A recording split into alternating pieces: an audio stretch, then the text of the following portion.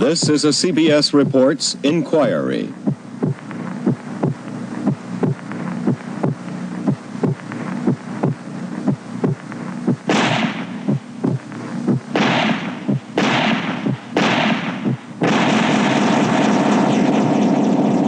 The American Assassins, with CBS News correspondent Dan Rather. The date was April 3rd, 1968. The place was Memphis, Tennessee. The audience was there to hear the familiar soaring rhetoric of Martin Luther King. The words were to prove prophetic. We've got some difficult days ahead, but it really doesn't matter with me now, because I've been to the mountaintop. Less than 22 hours later, less than a mile away, a single shot was fired as he stood here, and Martin Luther King was struck down from the mountaintop, murdered by a sniper's rifle. What followed was fire and looting and terror, and the shock of an entire nation. 11 months and 6 days later, this man, James Earl Ray, pled guilty to the killing of Dr. King and was sentenced to 99 years in prison. But almost immediately, and ever since, Ray has backed away from that plea, said he did not fire the shot, and asked for a full trial. For 6.5 years, off and on, the case has been in contention, if not in the limelight. Now suddenly, it is both, and there have been public demands that the investigators of the King murder themselves be investigated. I still think the FBI investigated thoroughly, but that's not important. We have been deceived, the truth has been concealed, and we now must do everything to know that the full story is made public. Flight 12 delayed by blizzard. 4 more hours. I'll never make it. Here, take hold. I've got cough drops. Hold is better than leading cough drops. Read the label. Has dextromethorphan. Real cough medicine. 2 hold work up to 4 hours. Flight 12 now boarding. Hey, I've hardly coughed in 4 hours. Why get grounded over a cough? Yeah. New Hold 4-hour cough suppressant, better than cough drops. The 1976 EPA ratings are in, and Ford has the best gas mileage of any V8 pickup. Ford F100 with optional V8 and manual transmission was rated at 24 miles per gallon highway, 16 city. Your actual mileage may vary.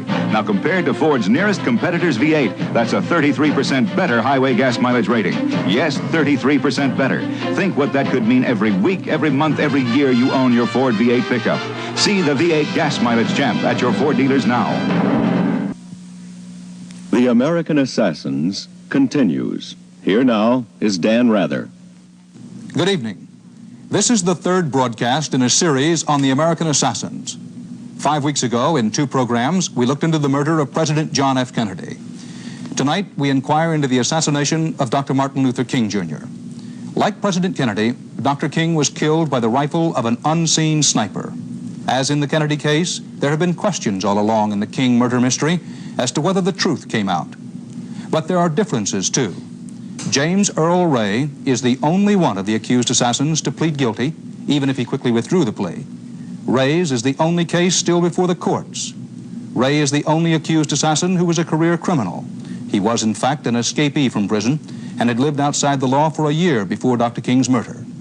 And Ray, of all the accused assassins, seemed to have the least obvious motive for a political killing. Finally, what made the King case different from the Kennedy case was that it never came under the same constant searching scrutiny. Ray's present lawyers have taken it through the courts. A few assassination buffs have pursued the case, but it never kept for very long the public spotlight.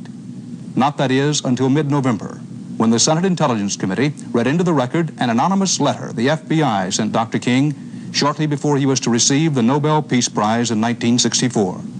That letter said, "King, there is only one thing left to do. You have just 34 days to do it." Committee Chairman Frank Church asked FBI official James Adams what that meant. I have no idea what it means. Certainly no Christmas card, is it? It's certainly no Christmas card. It reads, "You are done. There is but one way out for you." What does that mean? I don't know. I don't know if it means confession. I don't know if it means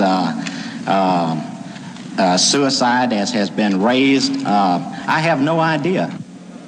That revelation produced instant and outraged reaction. Congressman Andrew Young talked to Lee Thornton. I'm not saying that Dr. King's assassination was a contract job by the federal government.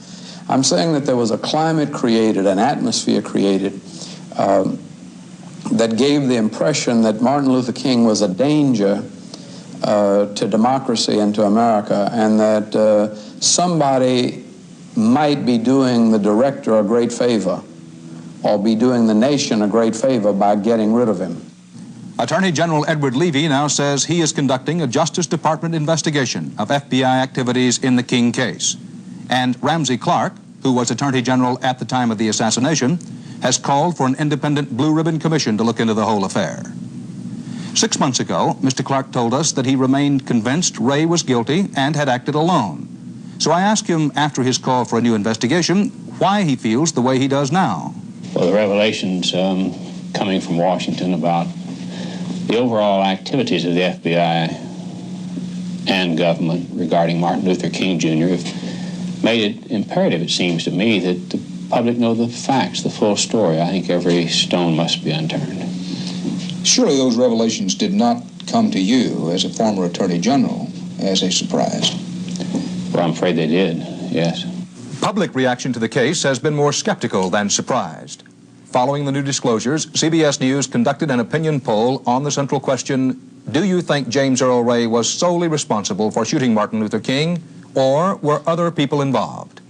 Of those who expressed an opinion, 20% said they thought Ray was solely responsible. 80% thought he was involved with others, that is, that there was a conspiracy. Those are the public perceptions. Our inquiry into the question, did Ray alone kill Dr. King, begins in Memphis. The language he agreed to could hardly have been more specific. Quote, at approximately 6:01 p.m., April 4, 1968, defendant fired a shot from the second-floor bathroom of the rooming house and fatally wounded Dr. Martin Luther King, who was standing on the balcony of the Lorraine Motel. So there it was. The defendant was James Earl Ray. He put his initials on pages containing that stipulation, and 54 others, the prosecution claimed, tied him to the case. He had, in court, pleaded guilty when the judge asked if, quote, you killed Dr. Martin Luther King under such circumstances that would make you legally guilty of murder in the first degree under the law as explained to you by your lawyers. On that day, March 10, 1969, it seemed to be an open and shut case. But was it? 3 days later, James Earl Ray retracted his plea of guilty and claimed he was railroaded into his stipulation and his answers. So the case of the state of Tennessee versus James Earl Ray and his aliases, for good reasons or bad, is not closed. We've been trying now for 5 long years to get him a trial. We've been to the Tennessee Supreme Court twice, to the U.S. Supreme Court once, and now we're on our way, it looks like, for a second trial there. And until we can get him a trial in court, I don't know what can be done in that case. That case and the murder of Dr. King cannot be understood unless they are put in the perspective of the times, the raw early spring of 1968 in Memphis. King came on March 28th to a town in bad trouble. Its garbage men, almost all of them black, were in the middle of a bitter strike. King joined a strikers' march to show solidarity. But that day things got out of hand, and militants broke his rule of nonviolence. King himself, obviously shaken, had to be hustled out of the crowd. What followed was the rawest kind of confrontation. A state of emergency, a curfew, pitched battles between police and blacks. Then the National Guard called in as the strike and the picketing went on. King left Memphis, but returned 6 days later. He had decided he had to lead another march to prove his followers could maintain nonviolence. And that night, on what was to be the eve of his assassination, Martin Luther King went to Mason Temple in a driving rain to make his last speech. Like anybody, I would like to live a long life. Longevity has its place. But I'm not concerned about that now. I just want to do God's will. And He's allowed me to go up to the mountain. And I've looked over and I've seen the promised land. I may not get there with you. The first time James Earl Ray is known to have been in Memphis was also the day before the murder. At 7:20 p.m. at the New Rebel Motel, he drove his white Mustang into the entrance of 3466 Lamar and, under the alias Eric S. Galt, signed the register. The afternoon of the assassination, Ray rented a room at the place on Main Street across from the Lorraine Motel. The landlady, Bessie Brewer, declined after the murder to be on camera, but she did talk off camera. Well, when I first saw him, I just noticed that he was a tall, neatly dressed guy, and he was smiling. And I showed him 8. He didn't want it, so he told me that he just wanted a sleeping room, so I carried him over to 5B. And he said that was all right, and that's the last time I saw the guy. The guy, James Earl Ray, went shortly thereafter a few blocks north on Main Street and bought binoculars from a company called York Arms. That was about 4 p.m. April 4th. This is information about which there is little dispute. There is dispute about what happened between the purchase of those binoculars and 6:01 p.m. April 4th. About what happened at 6:01, at least to Martin Luther King, there is no question. There were people with him. One was a local minister, a member of Dr. King's SCLC, Reverend Samuel B. Kiles. My wife had prepared for this day. It was a Thursday. Had prepared what we choose to call a soul meal, and Dr. King and some of the staff was going to come. Somebody said, "Doc, it's going to be cold tonight. Get your top coat." He went back in for his top coat, couldn't find it, came back on the balcony, and we stood together on the balcony, right about where you see that, where the edge of that, where that enclosure is. Yeah, where the enclosure. He was leaning right in front of the room, leaning over, speaking to Jesse and Ben Branch. And just as I turned to walk to room 305, coming down the steps, before I got at about room 305, I heard the shot crowd. I didn't recognize it was a shot. I thought it was a car backfiring. But when I looked over the balcony, everybody was crouching down, trying to hide. What followed panic and shock in a matter of hours that night was a mass explosion of the black communities across the country. In reaction to the assassination, there was an epidemic of arson and looting. Except for the wars on our soil, the Revolution and the Civil War, there was never a moment in our history when there was more widespread violence than in the days immediately following the murder of Martin Luther King, Jr.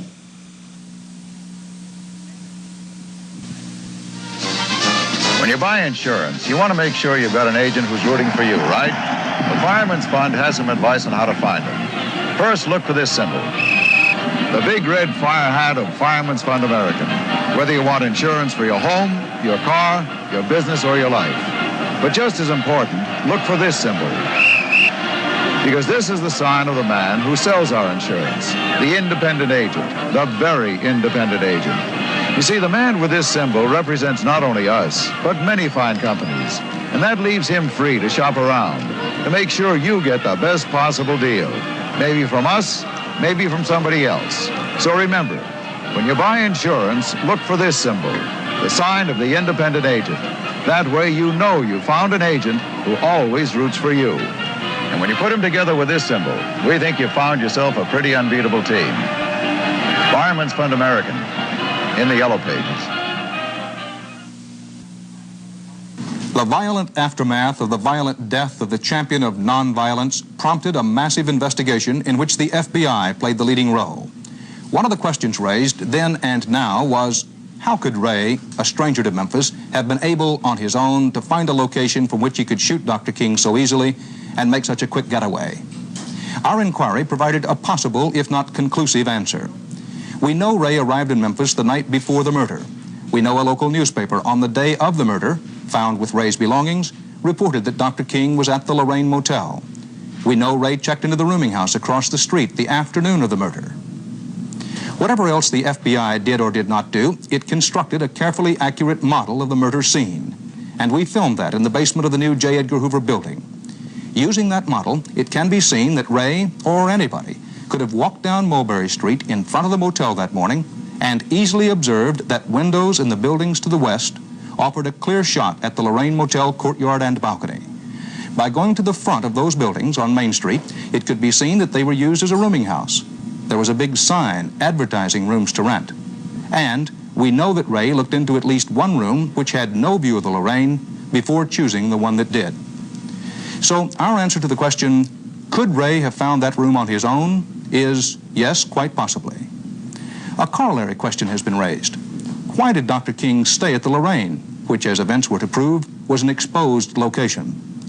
A staff member of the Senate Intelligence Committee has reported that the FBI had plotted to discredit Dr. King by leaking a report to the press that he was staying in a white motel instead of one run by blacks.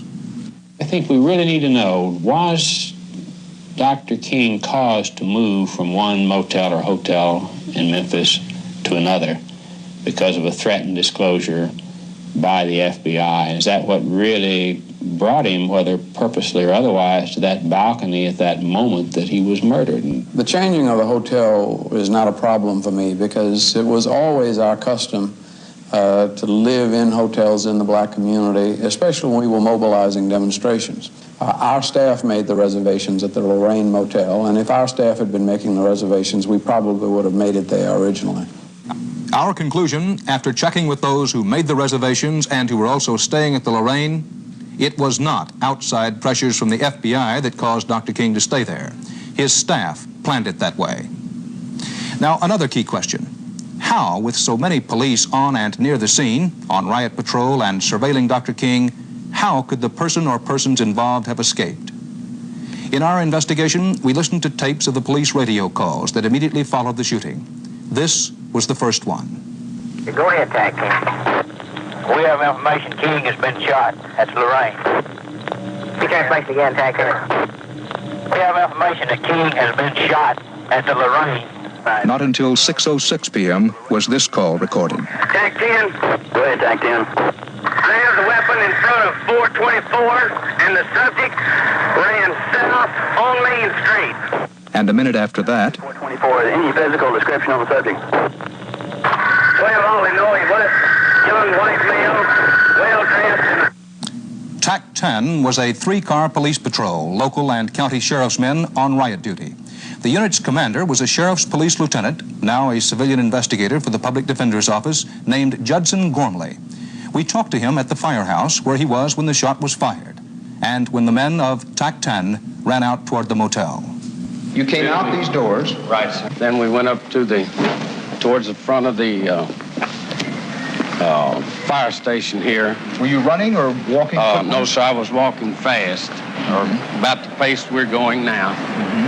And I went out through this double doors here. This is the way your men came out as well? Yes, sir. And then when I got out on the outside, I could see them running this way, and I stopped here, and I transmitted to the headquarters that Dr. King had possibly been shot.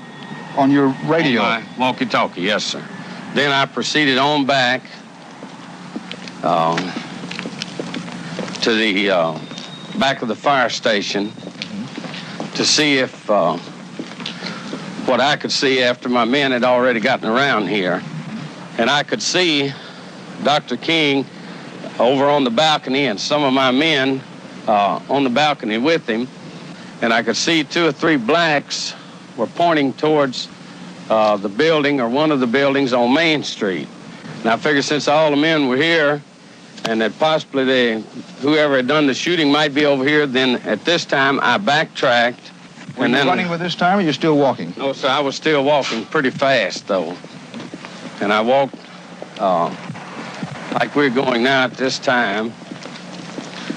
And then... The police cars were parked where, right in here? Yes, sir. Police cars were parked right where these cars are parked here. And then I come around this corner here. And, of course, I looked to see down Main Street and couldn't see anything. Did you see anybody? No, sir. I didn't see a soul. And I looked up into this lot here, this parking lot where they park cars, and didn't see anything. Anybody? No, sir, didn't see anyone. And then when I get approximately here, I could see these bundles, and I walked over here and I could see the end of the gun sticking out of the gun case. And then what'd you do? And this is when I radioed to headquarters that very possibly I had found the weapon that was used to kill to shoot Dr. King. We timed Gormley's actions as he described them from the moment he heard the shot until he discovered the bundle at 424 South Main. If he recollects rightly, it took him a little more than 3 minutes. This raises another question. Could Ray, or whoever fired the shot, have escaped before Gormley got there? James Lazar is one of Ray's current team of defense lawyers. He says, in effect, no way. He had to, within 3 minutes, he had to fire the shot. He had to clean the rifle of the fingerprints. He had to return to his room, wrap it up in a bedspread with an enormous amount of miscellaneous junk, and then had to go down the hallway, down the stairs, out onto the street, dump the bundle, get in his car, take off, and disappear from sight by the time Lieutenant Gormley is on the scene. We put that contention to a test. Here is how our reenactment went.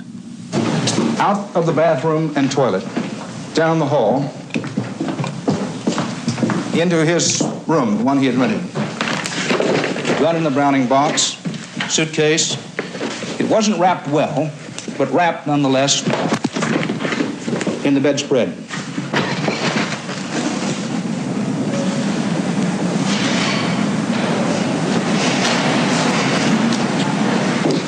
Out of his room door, down the hall of the rooming house. The theory is that he walked, but walked quickly, to the main stairway of 418.5 South Main.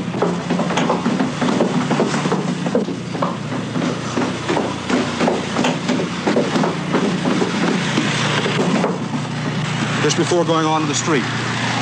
Onto the sidewalk. Now, right down here is where he would have seen that police car with the front of it sticking out. Theory is that he dropped the material in front of night amusement, trying not to draw attention to himself, over to his automobile. Taking off, so the theory goes, quickly, but not so fast as to call attention to himself.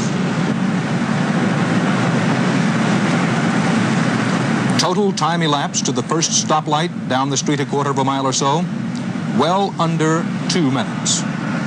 So our conclusion is it would have been possible for James Earl Ray or someone else to have fired the shot and made a getaway up Main Street before Gormley, the first policeman on the scene, could have spotted him. So far as is known, the assassin or assassins were not spotted and reported during their getaway. But there were a few wild minutes between 6:35 p.m. and 6:47 p.m. when it seemed police were in radio contact with a blue Pontiac on the tail of a white Mustang heading north from the murder scene. We have the police tapes, and we have tried to recreate the scenes they describe. The first message comes from a police radio car. 160. We have one of these mobile units at Jackson and Hollywood. He states that he's talking to some fella following a Mustang east on Summer from Highland. That's both shot King. 160 is north on Mendenhall on Summer. This car is 160. This car is speeding over 75 miles per hour. 160, any full information? Supposed to be north on Jackson now, on the way to Raleigh.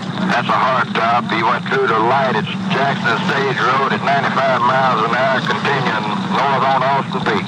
So, 160. This white Mustang is shooting at the blue Pontiac following him. So what about that alleged false chase? Supporters of the theory that there was a conspiracy say those mysterious messages are evidence someone was trying to draw police directly away from the logical routes of escape, and indeed in the opposite direction from which Ray said he went in flight after learning of the King assassination. Memphis officials say the messages were a hoax. The broadcast, they claim, was made by a teenage amateur radio operator. He has never been publicly identified or penalized. Our search for the supposed prankster led us to a law school student in Memphis. He confirms that he was an amateur operator using his father's equipment, but denies having transmitted those calls of the false chase. He says he told the FBI this when they summoned him for questioning. He says also he was never specifically told he was under suspicion of making the radio calls. We talked to Arthur Haynes Sr., Ray's original American defense lawyer, about the messages.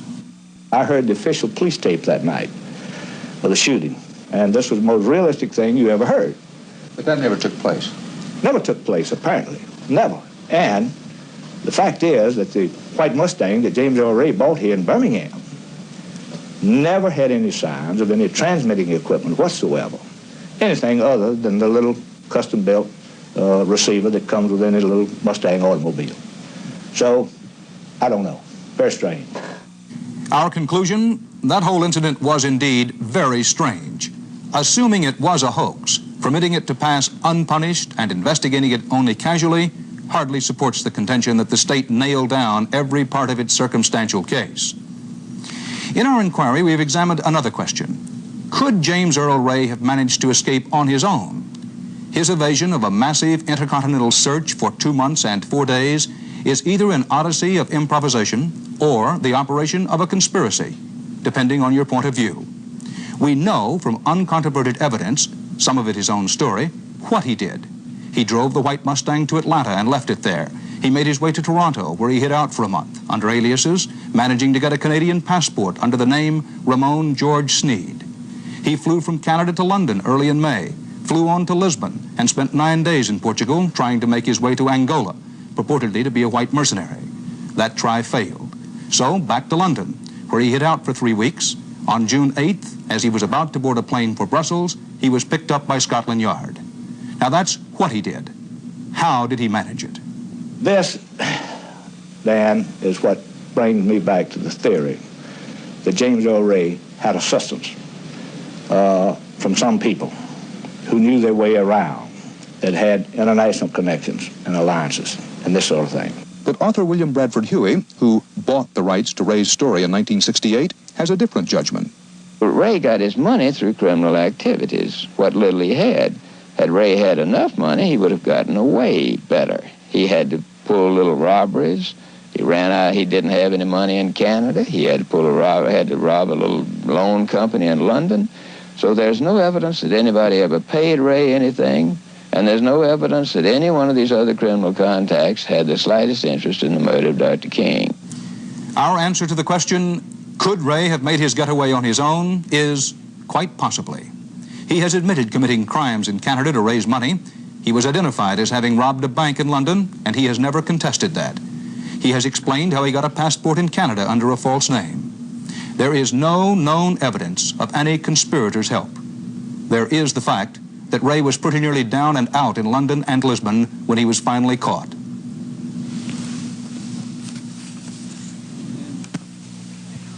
It's coming to J.C. Penney, the greatest white sale on earth, with prices so low they're out of this world, because they're so down to earth to begin with. Every sheet in the store is on sale, like this twin-size muslin for $1.97, and this twin-size percale, $2.83. Incredibly low prices because they're so low in the first place. That's why it's the greatest white sale on earth, right now at J.C. Penney. How's practice? Rotten. I'm hitting the showers. Well, after you hit them, Clyde, spray the shower with Lysol. Lysol. Lysol spray kills athlete's foot fungus. I know. And mold and mildew and their odors And do the shower curtain. And do the shower curtain. Lysol spray disinfectant kills household germs on surfaces where they grow, including germs that cause odors. Do I smell fish? I know. I'll spray with Lysol. You'd never think that in a town like this, where the air is clean, the work is hard, and the nights are quiet, there are people who have trouble falling asleep. It doesn't matter much where you live. Sometimes falling asleep can be rough. So I take Salmonex. Salmonex sure helps me relax and feel drowsy, so I can get to sleep. I know I have trouble falling asleep once in a while. I guess everybody does. What I do is take Salmonex. Salmonex, it helps take the trouble out of falling asleep. I'm not an actor, I'm a small businessman, but for over 2 years now, you've seen me in this commercial. I'd like to get rid of some of the gray, but not all of it. Grecian Formula 16 lets you control just how much gray you slowly get rid of. Some of it, most of it, or all of it. 2 years ago, I used it every day for about 3 weeks until I got rid of just as much gray as I wanted. It's as easy to use as water. No mess, won't rub off. Now, I use it just once a week or so to keep it this way. Grecian Formula 16.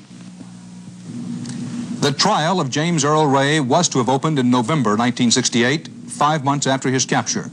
But 2 days before the trial date, there was an abrupt, startling, and, as it was to turn out, very controversial development. Ray fired his lawyers, Arthur Haynes Sr. and Arthur Haynes Jr., and replaced them with the famous criminal defense attorney Percy Foreman.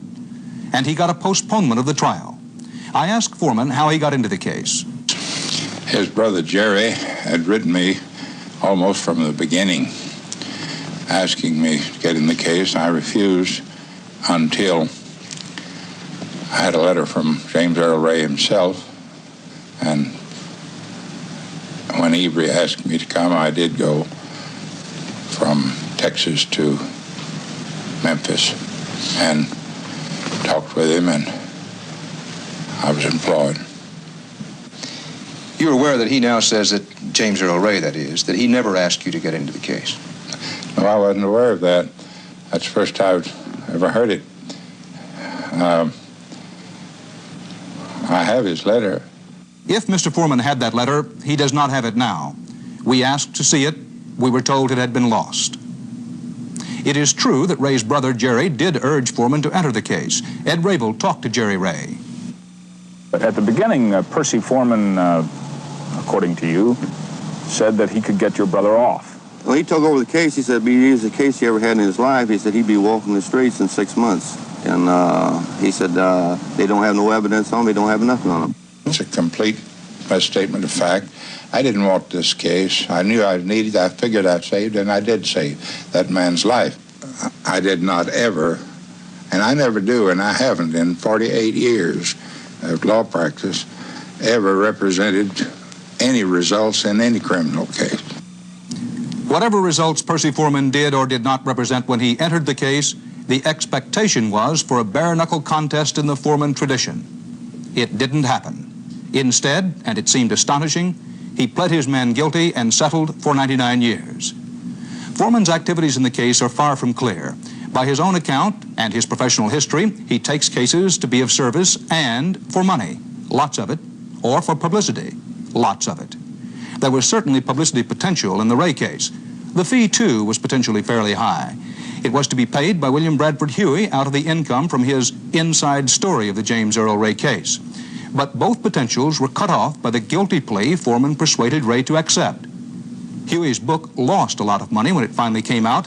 Foreman got some $9,000 from Huey, not much by a millionaire lawyer's standards, and the publicity ended abruptly until Ray's new lawyers accused Foreman of failing to defend his client properly. But to go back to March 10th, 1969, the day of the guilty plea proceedings, there was a jury in the court.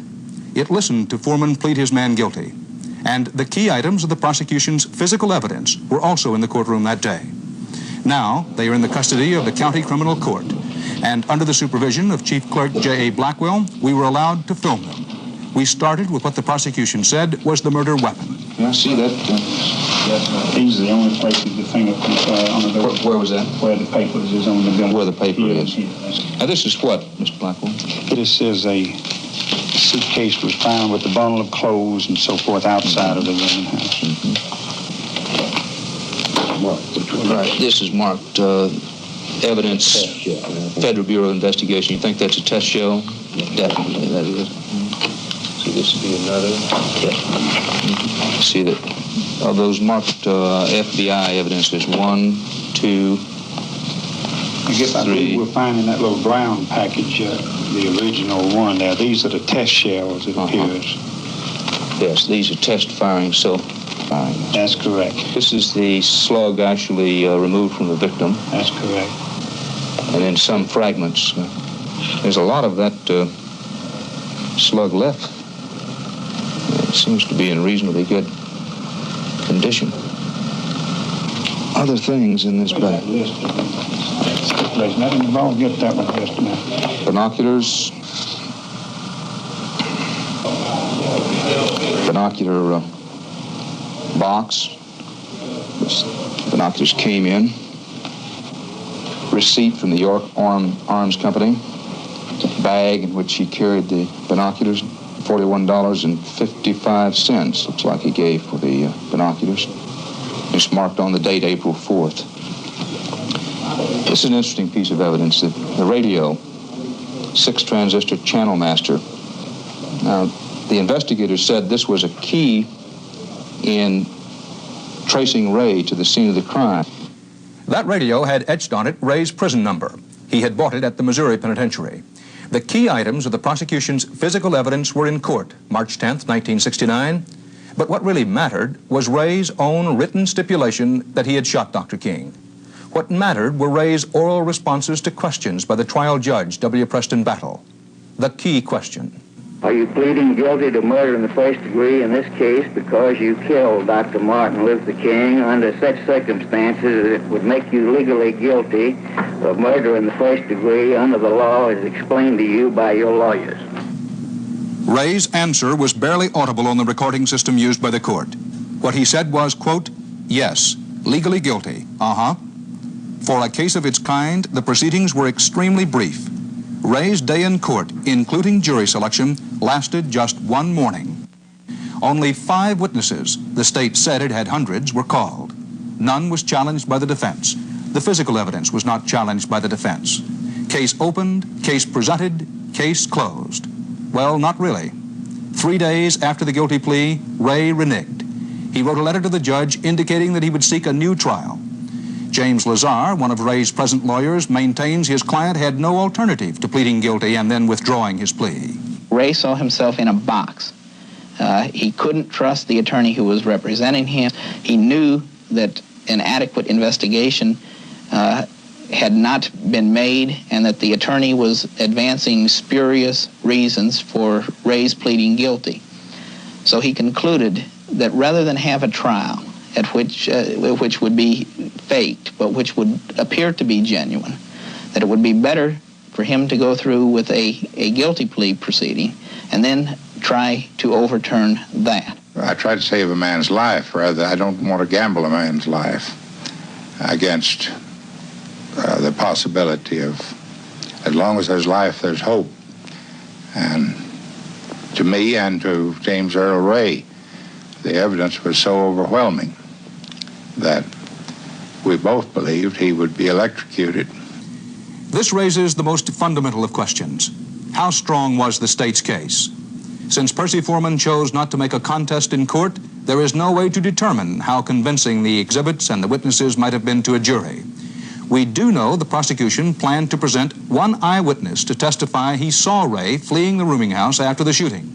He is Charles Q. Stevens, whose room was next door to the bathroom. And we know Stevens would have been in for tough cross-examination. What about the witness, Mr. Stevens? Oh, good gracious, we were looking forward to that one. We were looking forward to that one. He was impeachable as many ways as you want him impeached. You think you could have taken him part on the witness stand? Oh, no question about it. Furthermore, you had this cab driver, we called him Quick Draw McGraw, I've forgotten his first name, who said he came by some hour or shortly before the shot was fired, had a call to pick up Charlie Stevens. And then when he showed up, he found that Charlie Stevens was too drunk to ride in a taxi cab. Now think about how drunk you've got to be too drunk to ride in a taxi cab. Shortly after the assassination, correspondent Bill Stout talked to witness Stevens and showed him a picture of James Earl Ray that the authorities were circulating. Mr. Stevens, what do you think of that picture? Does that look like the man? Well, excuse me, from the glimpse that I got of his profile, it doesn't. It doesn't? No, sir. It certainly doesn't. For one thing, he's too heavy. His face is too full. He has too much hair. And his nose is too wide. From the glimpse that, as I said, that I got of his profile. But that definitely, I would say, is not the guy. In fairness, it should be noted that the prosecutors say that witness Stevens would not have been critical to their case. What the prosecution did specify as a key item of physical evidence was a section of a windowsill taken from the bathroom and sent to the FBI for examination when local investigators found what appeared to be a fresh indentation on it. Deputy Prosecutor James Beasley told the jurors that, quote, the proof would show through expert testimony that the markings on this sill were consistent with the machine markings as reflected on the barrel of the .30-06 rifle. That is not precisely the case. Under the Freedom of Information Act, we asked the FBI for their report on the windowsill. They complied with our request. What their expert testimony actually said was, the dent contains microscopic marks of the type which could be produced by the side of the barrel at the muzzle, but insufficient marks for identification were left on the board due to the physical nature of the wood. The final sentence of that report says, quote, no wood, paint, aluminum, or other foreign material was found on the rifle barrel, nor were any significant marks found on the rifle barrel. The key piece of physical evidence was the rifle itself, which the state maintained then and maintains now was the murder weapon. Ray admits having bought that gun in Birmingham, Alabama, 6 days before the assassination. He claims he handed the rifle over 2 days before the assassination to a mystery man he says he knows only as Raoul. What is also in contest is whether the single bullet taken from the body of Dr. King in fact was fired from the rifle Ray admits to having purchased. The main point of contention is an affidavit submitted by one Robert Frazier, then chief of the firearms unit of the FBI, after examining the following things: the murder bullet, Ray's rifle, and bullets test-fired from the rifle. Frazier, now retired, declined to be interviewed. John Carlisle, chief investigator for the prosecution, did agree to summarize the findings. Listen carefully. The bullet has been distorted due to the mutilation and insufficient marks of value for identification remained on the bullet, making it impossible to determine whether or not the bullet removed from the victim was fired from the .30-06 Remington rifle found at the scene. However, based upon the physical characteristics of the rifling impressions on the bullet removed from the victim, it could have been fired from the .30-06 Remington rifle. You said the magic word, could have. Could have come from the rifle.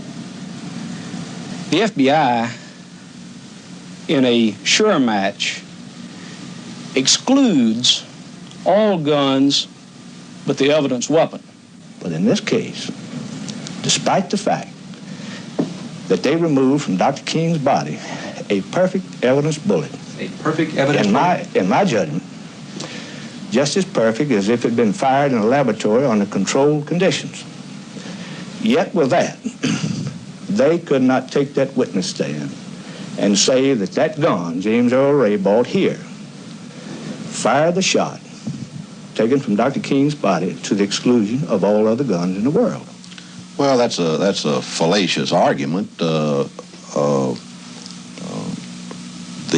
bullet was mutilated to some extent, and I am no ballistics man, and the laboratory man at the FBI who examined the bullet, we were going on his experience and his examination of the bullet, and if Mr. Haynes thought he could have gotten James Earl Ray free by exploring such a situation, they had every opportunity in the world. In point of fact, Percy Foreman, who had replaced the Haynes, elected not to take that opportunity. As we noted, he did not challenge the state's evidence. In our inquiry, we thought that the question, did that gun fire that bullet, indeed deserved exploration. So in mid-September, CBS News petitioned the Shelby County, Tennessee Criminal Court, which tried the original case, which is custodian of the evidence for expert examination of the rifle, the murder bullet, and the FBI test bullets. The purpose? To check the conclusions of the FBI man, Robert Frazier. I remind you that we were allowed by the court to film and show you the evidence. However, our eyeball examination and our filming, since we have no expertise, could lead us to no meaningful conclusions. Our petition for expert examination was turned down in Shelby County Criminal Court, and CBS News has appealed to the Tennessee Circuit Court of Criminal Appeals. That appeal is now pending. But as of now, our answer to the question, how strong was the state's case, is it seems by no means as strong as the prosecution claimed.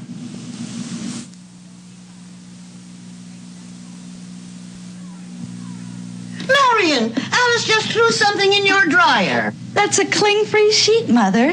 The new fabric softener for the dryer. Cling-free sheets soften as well as liquids. A combat zone. They can get get rough, red, dry, older looking. Your hands need Desitin skincare. It's medicated and 50% richer in emollients than even the leading lotion to help heal and protect. It leaves your hands incredibly soft, yet not sticky or greasy. Use Desitin skincare, the richer, non-greasy way to help protect your hands. We have reviewed the state's case. Now, what about Ray's story? Well, there appear to be at least two versions. One he told his initial defense lawyers, one he has told his present attorneys. Both versions agree up to the point 2 days before the assassination, when Ray says he gave his rifle to the mysterious Raul and arranged a rendezvous with him in Memphis for April 4th. He indicated to us that he felt like he was involved in a gun-running transaction of some kind, that in the course of events, he went to Memphis, where he registered at the Rebel Motel the night before April the 4th, that he was directed to meet a person, Raul he called him, at the rooming house, and that he did in fact go there, got lost on the way, arrived somewhat late, was directed up to the York Arms Company to get binoculars, that he did that, returned to the rooming house. Then along about 5:20, Ray says the man told him, said, I'm going to shave, I'm going to change shirts, and you go on down and have a beer. This is 5:25. James Earl Ray went on down, had him a beer, was out in the street, standing there by his car, when the shot was fired. The story Ray has told his current team of lawyers, and which they say they can document at a trial, differs substantially. He was not at the scene of the crime at the time the crime was committed and had no reason to shoot Dr. King and every reason to avoid the difficulty with the law, which participating in a conspiracy to assassinate Dr. King would entail. As we noted at the beginning of this broadcast, Ray's motive for killing Dr. King has always been a question. I asked the lawyer who pled Ray guilty what he thought the motive was. Self-aggrandizement, self-realization, the second most fundamental instinct in human nature, second only to self-preservation, to be a big shot. He thought he would be the biggest man in America. You see, he is also a morbid hater of black people. Is that a fact, Mr. Huey? Well, all you have to do is look at the federal records from Leavenworth. While Ray was incarcerated at Fort Leavenworth in federal prison, he became an honor prisoner, and the man could have certain liberties, but he had to move into an integrated cell block. And he refused honor status at Leavenworth because he refused to go into a cell block and with black people. That's really just half fact and half true. What's the truth? Well, what it was, I was in Leavenworth at that time. And you could go on the farm after you got so short, 6 months. But a lot of people was getting narcotics charged on it. There's a lot of narcotics and marijuana out there. So I didn't think it was worth a chance. And of course, there's blacks out there too. But what it was a dormitory. And you could very easily they found some cigarette or something around your bed. Another 5 or 10 years. And I was real short, so I just stayed behind the wall. Our conclusion, Ray's motive has not been clearly established. From the moment the shot rang out in that motel courtyard, there has been a suspicion of conspiracy. A suspicion that Ray was either set up as a fall guy by others or worked with others. That suspicion was reinforced rather than laid to rest by the guilty plea proceedings in 1969. The one point in those proceedings at which Ray rose to dispute his defense attorney was when Percy Foreman said there was no conspiracy.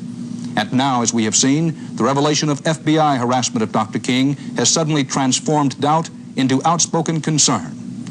In this whole case, the truth is harder to come by than the allegations and suspicions. There is no shortage of other suspected plotters and planners of the assassination. Among those we were told about in our inquiry, first, unnamed money interests. Why? To prevent Dr. King from leading his scheduled Poor People's March on Washington. 2, white racists. Their motive for wanting to get rid of Dr. King was obvious. 3, black militants. Why? Dr. King was too nonviolent for their plans and they wanted to take away leadership of the black movement. 4, the communists. Why? To stir up black hatred and foment rebellion. Fidel Castro, it is claimed, had a special interest in that one. 5, the CIA. Why? It had become a reason of state to silence Dr. King because of his growingly strong opposition to the war in Vietnam. The truth, of course, could best come from James Earl Ray. We asked ex-defense lawyer Haynes Jr. what Ray had said on the subject of conspiracy. No hard information. No hard information. Did he ever mention the CIA? Never. Black militant organizations? Never. Fair Play for Cuba Committee? Never. Or any other list you can think of? Nobody. No organization. No group. Nothing except Raoul. Raoul. In following leads to the mysterious Raoul, we were steered to an almost equally mysterious figure who sometimes uses the name Cliff Andrews. He has from time to time offered to tell the real story of the King murder, and the offers have been publicized. We located this Cliff in mid-October. He had just been released from jail in Canada. We paid his airfare to New York, and in a cloak and dagger rendezvous here, he told me his story. Yes, he said, Raoul exists. Yes, Cliff claimed, Raoul and others in their group had been offered $250,000 to kill King. What group? The Quebec Liberation Front, he said. Why them? They needed the money for their movement. Who offered the money? Some wealthy men in the South. Had the group contacted Ray? Yes. We listened, and then we checked Cliff out a little more. The Canadians say their records show he was in prison from March 1968, a month before the King assassination, until long after Ray had been captured and sentenced. We have concluded that Cliff is not the most reliable witness in this case. The best witness, of course, is Ray himself. But on the repeated advice of his lawyers, he would not talk for this broadcast. So the best witness stands mute. And so we come full circle, back to what we know, back to the scene of the assassination. Whatever else may be contested about this case, there is no doubt that Dr. Martin Luther King was murdered in cold blood on this balcony of the Lorraine Motel, April 4th, 1968. As perhaps you can tell, they tried to make a shrine of sorts of this place, walling off room 306, the room where Dr. King stayed, putting outside a quotation, "I have been to the mountaintop," from Dr. King's own address in Memphis the night before he died. And quotation from Scripture, Genesis 37, 19 and 20. They said one to another, "Behold, here cometh the dreamer. Let us slay him, and we shall see what will become of his dreams." Not many people come here, an average of perhaps a couple of dozen a week. But there still are reminders. For example, in the room where Dr. King stayed, behind the squeak of the door, the room where Dr. King spent his last hours and minutes has been made into a kind of miniature museum. On the walls, photographs of memorable moments from the King career. The bus ride at Montgomery, the march in Atlanta, the last march in Memphis. Behind this case, books by and about Dr. King, photographs of Dr. King and some of his best-known sermons, eulogies after his death.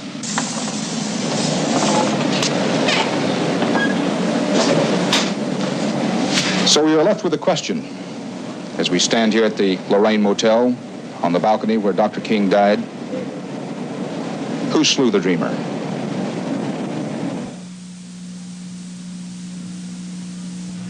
Furthermore, and in conclusion, if you sometimes have a hard time staying awake during the day, maybe you had a hard time getting to sleep the night before. If you occasionally have trouble falling asleep, try Nitol. Nitol can help make you drowsy so you can get to sleep. And if you sleep at night, there's a good chance you'll stay awake during the day. For occasional sleeplessness, remember, Nitol. Now for the customer with heartburn whose weekly bowl of chili tastes anything but weak. For the cook with heartburn who's trying to chill the chili because he's put in too many chili peppers. For the owner of the chili parlor with heartburn who has to put out the chili and put in a new cook. UNCUT 2, the antacid tablet built to fall apart. Choose easy, choose fast, and it works fast too. Cool and creamy, not as chalky, not as gritty. UNCUT 2, built to fall apart. Choose fast, and it works fast too. Who slew the dreamer? The answer in the end is shrouded in negatives. As we have sought to show in this hour, the case against Ray as the lone assassin was not as airtight as we had been told. There was no smoking gun. No witness saw the shot fired. No one can persuasively identify anyone fleeing the scene. There is plenty of evidence Ray was there earlier the day of the assassination. There is none. He was there at the moment of the murder. The question of whether Ray's gun fired the murder bullet remains unproven. That bathroom windowsill as a key piece of evidence seems meaningless. The question of Ray's motive remains unproven. And what seemed to be unquestionable proof, an unqualified plea of guilty, is now in legal contest. Ray's case is now pending in the U.S. Circuit Court of Appeals. There, his lawyers have submitted a brief arguing that his admission of guilt was not free and voluntary. A decision on the merits of Ray's case, one way or the other, may come fairly soon. But there will remain the public's case and the public inquiry. Only then, if at all, can the broader issue, was there a conspiracy to kill Dr. King, and was government involved in any way, be resolved. A Justice Department inquiry, however thorough and honest, is not likely to silence skepticism. The FBI, after all, is an agency of the Justice Department. It is our conclusion that an outside investigation is now needed. It could be conducted by the Congress, or the public's inquiry might be conducted by an independent commission appointed by the President, with full powers to examine all aspects of the case. Now, perhaps more now than ever, there is a need to know who slew the dreamer. Monday, in the final broadcast of this series, we'll examine the assassination of Robert Kennedy and the attempt to assassinate George Wallace. Dan Rather, good night.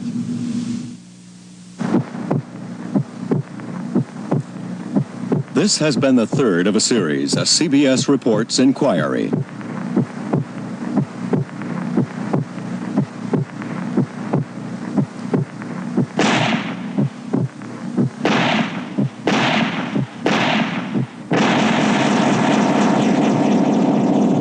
American Assassins.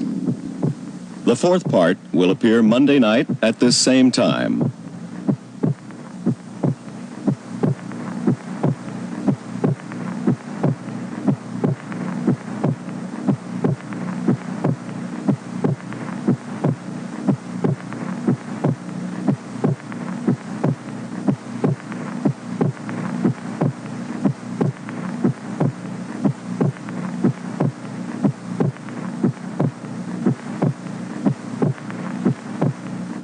The CBS Friday Night Movies will return next week at its normally scheduled time on most of these stations.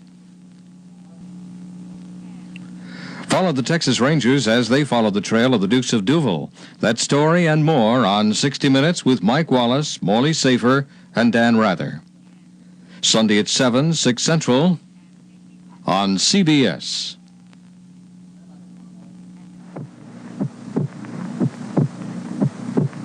This is a CBS Reports inquiry.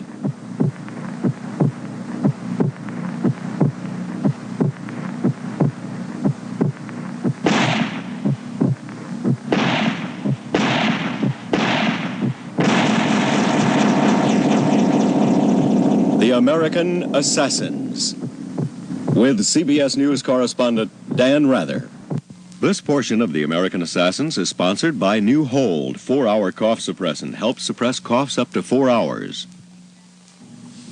Good evening. Tonight, in the last of our series of broadcasts on the American Assassins, we will examine the murder of Senator Robert F. Kennedy and the near-fatal wounding of Alabama Governor George C. Wallace. Two crimes where questions still persist, even though both were committed in the middle of crowds of eyewitnesses and the suspects were seized with guns in hand. At the end of this hour, we'll summarize our findings in these cases and our earlier reports on the deaths of President John F. Kennedy and the Reverend Martin Luther King, Jr. 4 years and 6 months after President Kennedy was killed in Dallas, his brother, Senator Robert Kennedy, had just won the crucial California Democratic presidential primary. He was looking forward to a hard fight for his party's nomination at the Democratic Convention in Chicago. We are a great country and a selfish country and a compassionate country, and I intend to make that my basis for running and over the period of the next few months. So, my thanks to all of you, and now it's on to Chicago, and let's win there. Oh, no! But the road to Chicago ended only a few moments later, when Robert Kennedy was fatally wounded in a serving pantry of the Ambassador Hotel in Los Angeles. Senator Kennedy was attacked at close range by a man firing this small revolver at his head and body. Look out for the gun. Okay. All right. Get the gun. Okay, now hold on to the guy. Hold on to him. The man, who turned out to be a Palestinian refugee named Sirhan Sirhan, was quickly subdued, but not until he had emptied all 8 chambers of his .22 caliber weapon. Senator Kennedy died a day later. The case of Sirhan Sirhan was far less complicated than the case of the accused assassin of President Kennedy, Lee Harvey Oswald. There is no doubt Sirhan was in the pantry, either by chance, as he claims, or by design, as the prosecution maintained at his trial. Witnesses saw Sirhan fire at Robert Kennedy. Defense lawyers never tried to deny that at the trial, claiming instead that Sirhan had been mentally impaired and had no recollection of the shooting. He was convicted. Since no one denies that Sirhan did shoot at the senator, there is one central question in this case. Was Sirhan's gun the only one fired in the Ambassador Hotel that night?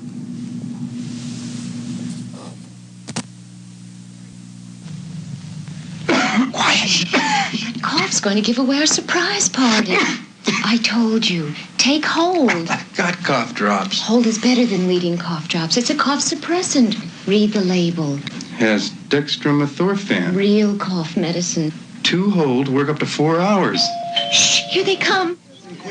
Great party. And I've hardly coughed in 4 hours. That's no surprise. New Hold 4-hour cough suppressant, better than cough drops. Oh, you didn't get a deer, but you did get a cold. So my throat's a little sore. Well, it's aspirin and Sucrets for you. Aspirin and Sucrets? Aspirin for cold symptoms, and lots of doctors recommend Sucrets. It's got a medicine, and it coats your throat, too, so that little sore throat pain is relieved for a while. Then maybe we can go and buy some venison. Aspirin and Sucrets, a sensible way to fight winter. The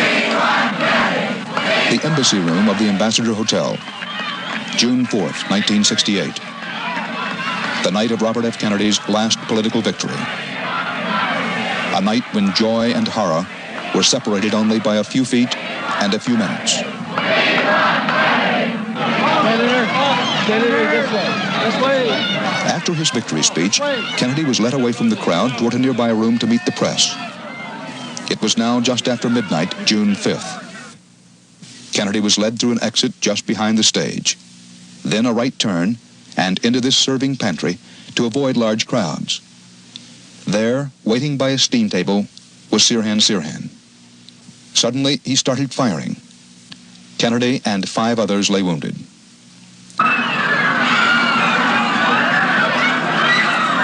Within seconds, the crowd in the embassy room knew something had happened. Robert Kennedy died 25 hours after he was shot. The investigation of his death was billed by local authorities as one of the most thorough ever. The conclusion? That Sirhan Sirhan, angered at Robert Kennedy's support of Israel, planned and executed the murder alone. At the time, the evidence of premeditated murder seemed convincing.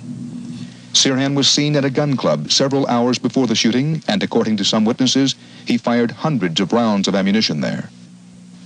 A notebook found in Sirhan's bedroom had such notations as, quote, RFK must die. Then came the trial, under extreme security. In April 1969, Sirhan was convicted. He was sentenced to death. That sentence later reduced to life in prison. Now, Sirhan will be eligible for parole in 1986. When Sirhan was convicted, he was convicted on the evidence. CBS News examined key pieces of that evidence. At the trial of Sirhan, the objects in this room were known more by number than by name. Numbers that added up to, it was said, an open and shut case against the defendant. Trial Exhibit 47, a bullet taken from the body of Robert Kennedy. Exhibit 54, a bullet removed from another victim, William Wiesel. An envelope marked Exhibit 55, test shots. Test shots from this gun, Exhibit 6. a pistol fired by Sirhan Sirhan. Dry fires very well.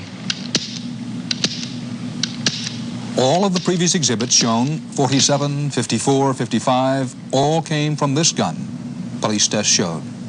No one disputed that.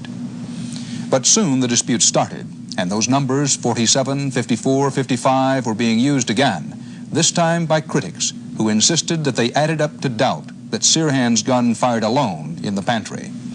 That doubt grew, and now a nationwide poll conducted by CBS News shows 53% of those questioned think others were involved with Sirhan, and 41% want the case reopened. We took a careful look at some of the questions that raised doubts in the minds of the critics and the American public. This is a close-up view of the bullet removed from the neck of Robert Kennedy.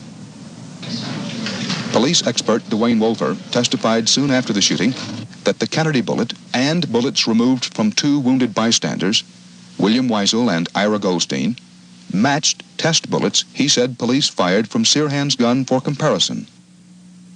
Wolfer said that bullets recovered from three other wounded bystanders and this fragment removed from the brain of Robert Kennedy were too badly deformed for positive identification. Then 5 years ago, William Harper, an independent firearms specialist, examined bullets in the Kennedy case with a special camera capable of making microscopic photographs. Harper said the Kennedy and Weisel bullets showed a significant difference in rifling angles, marks imprinted on a bullet as it is forced through the gun barrel. Harper therefore concluded that the two bullets had not been fired from the same gun, so there must have been a second gun. These 8 cartridge casings taken from Sirhan's gun held bullets that are all supposed to have 2 cannelures, or rings, around them. But critics claimed Harper's pictures showed that the Kennedy bullet had only 1 cannelure, again suggesting the presence of a second gun. In recent months, CBS News and Paul Schrade, a victim of the shooting, filed separate petitions in court requesting scientific tests of the trial exhibits to settle the bullet dispute. Superior Court Judge Robert Wenke approved the requests, and these 7 weapons experts were designated to perform the examination. The tests, which ended in October, were conducted in secret, except for the refiring of Sirhan's gun into a specially installed water barrel to get new test bullets. The experts reported they find no substantive or demonstrable evidence that more than one gun fired any of the bullets examined. Only the Kennedy, Weisel, and Goldstein bullets were in good enough condition to be compared to each other. 4 of the experts say those 3 victim bullets definitely came from the same gun barrel.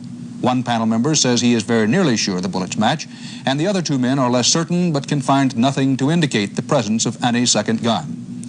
Those findings virtually wipe away one key and persistent challenge, the claim that 2 bullets had significantly different markings and so must have come from 2 guns.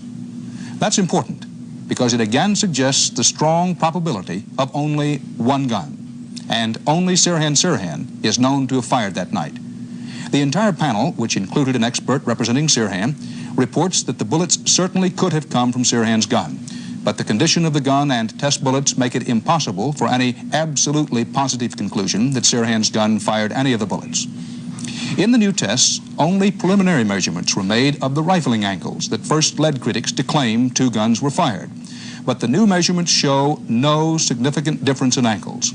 Also, the Kennedy bullet was found to have 2 cannelures, not 1, as critics had claimed, and it is consistent with Sirhan's ammunition. Former New York Congressman Aled Lowenstein has become a leading spokesman for the critics. He insists the test results were inconclusive. Lowenstein talked with CBS News correspondent Robert Shackney. I guess the essential question is, initially you said, if we can have a test, if we can have a weapons identification test, you will be satisfied with the answer. No. What I said was, if we can get tests and they resolve the questions, we will have answers.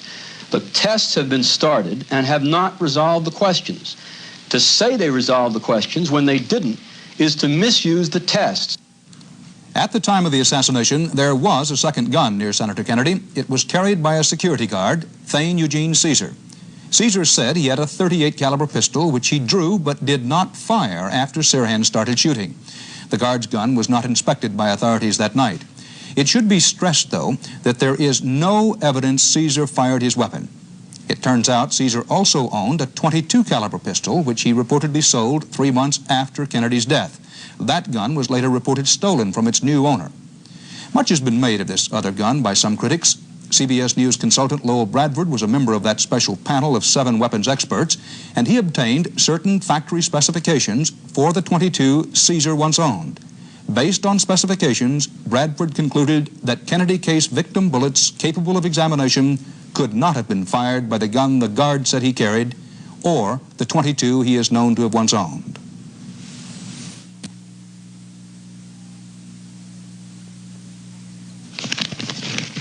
If you are lucky enough to get this new sweepstakes letter from Reader's Digest, just think, you could be one of over 30,000 people who will win up to $24,000 in cash.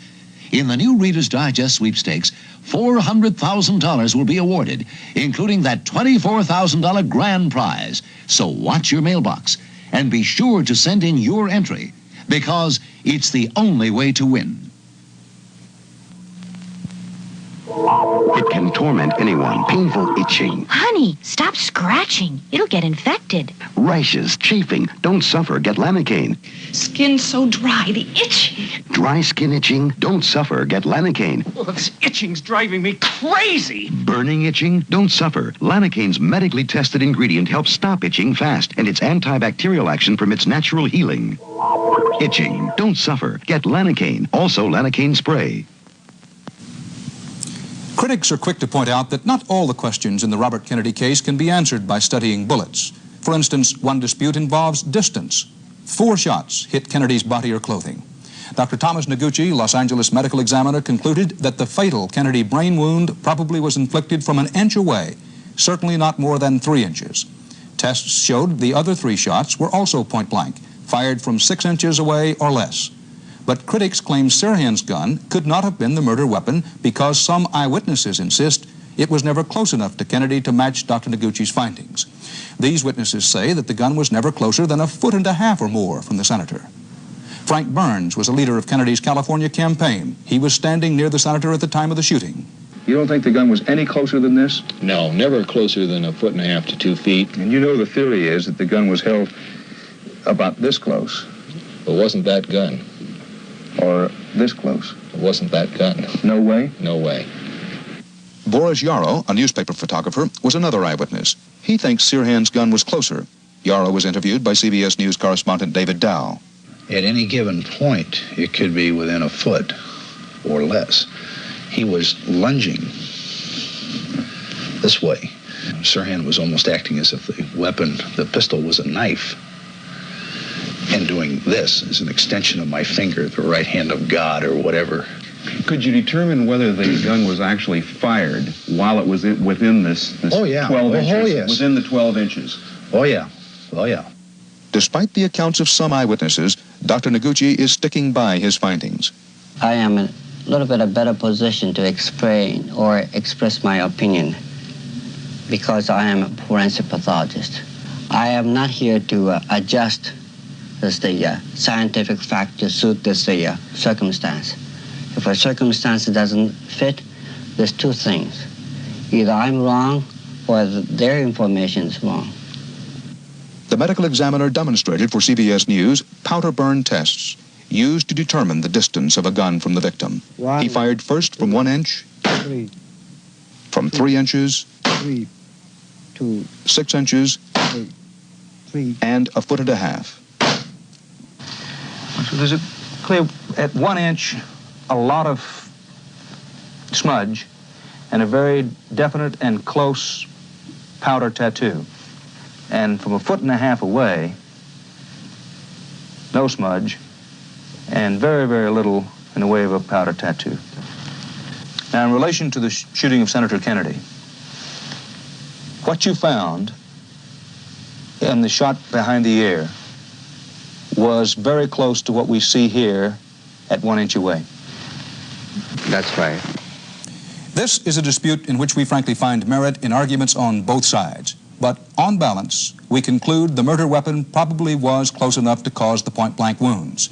As we saw, there is no way to confuse the powder markings made by a shot 1 inch away with one 1.5 feet away. Barring future evidence of a second gun, we also conclude that the weapon was probably Sirhan's. Another important question has long been, could Sirhan's gun have been responsible for all the bullet holes that were made in that pantry of the Ambassador Hotel on June 5th, 1968? This confusing chart shows what police said were the probable bullet paths of the 8 shots reportedly fired from Sirhan's gun.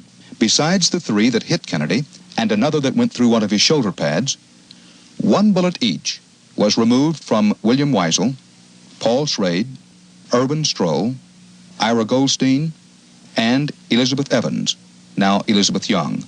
All 5 of those victims recovered. 3 holes were found in ceiling panels.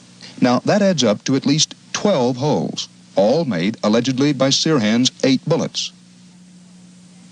Police said 2 of the bullets from this gun accounted for 2 holes each, and 1 made as many as 3. So it all adds up to the police, but not to the critics.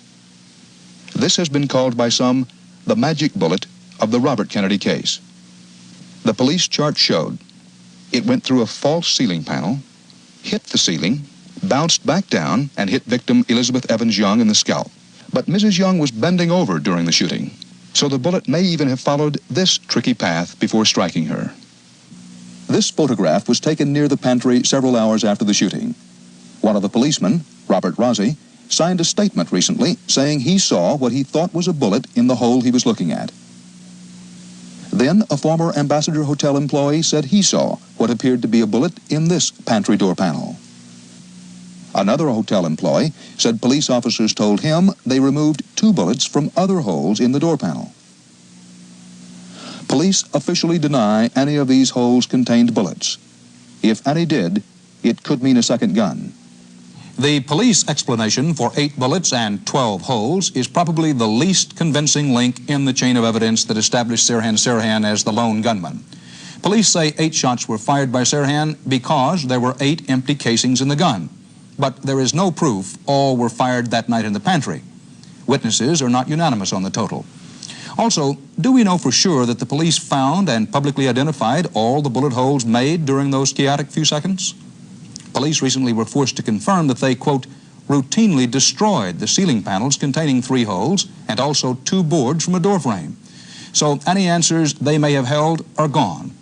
Police said a new inspection of the pantry area last month turned up no evidence supporting reports of additional bullets.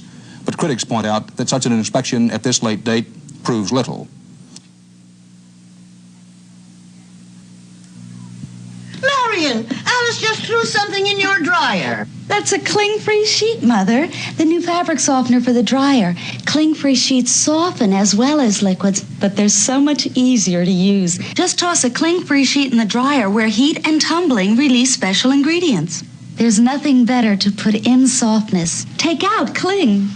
Fresh fragrance, too. New cling-free sheets. Finally, softness made simple. Look out, Mom! As long as there are kids and winter, they're going to be colds. That's why there's children's aspirin and children's Sucrets. Children's aspirin for aches and fever when needed, and many doctors recommend Sucrets. They're medicated for fast temporary relief of minor sore throat pain, and swallowing's easier. Going in? My throat hurts a little. As long as there are kids and winter, aspirin and Sucrets. If there was a second gun fired in the Ambassador Hotel the night Robert Kennedy was fatally wounded, or even if there wasn't, was Kennedy the victim of a conspiracy? Conspiracies, as we know, are difficult to prove, and they're practically impossible to disprove. CBS News heard many intriguing but so far unverified conspiracy stories in this case.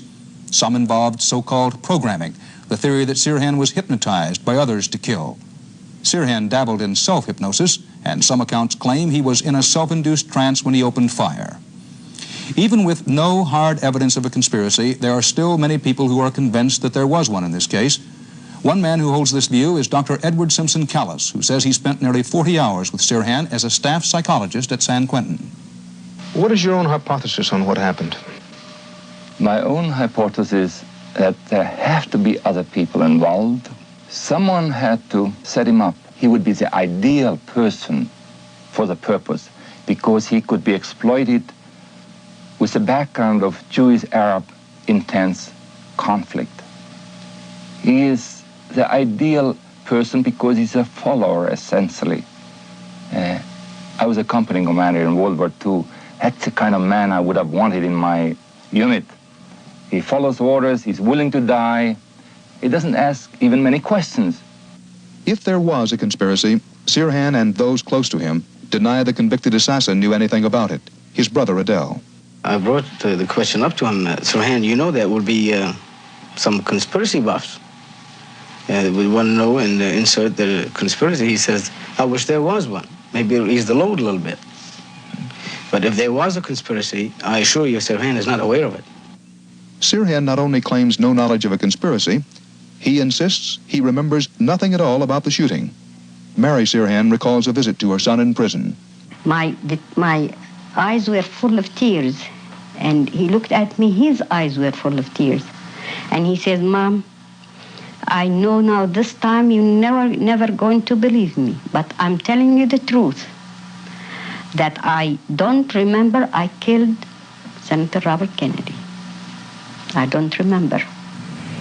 To answer one final question, what kind of person is Sirhan Sirhan? CBS News requested an interview with him in Soledad Prison in California. He was transferred to Soledad last year from San Quentin. Accompanied by Sirhan's attorney, Godfrey Isaac, this reporter visited Sirhan. We talked for 4.5 hours. Sirhan would allow no recording of the interview. Sirhan appeared to be sensitive, intelligent, he was talkative, and he had a sense of humor. He said not once, but several times during those 4.5 hours that he simply does not remember the shooting of Senator Kennedy. He also said that if any other person influenced him in any way to do the shooting, he is not aware of it. When asked directly if he could think, even remotely, of anything that might suggest a conspiracy or someone influencing him, Sirhan said repeatedly, quote, no, if there is anything or anyone, I do not know it, Mr. Rather. He also spoke of his unhappy childhood. His mother spoke more about that. All his life he was a victim. That's what makes me feel sad. All his life he was a victim? A victim. That's right. You see, we are Palestinian.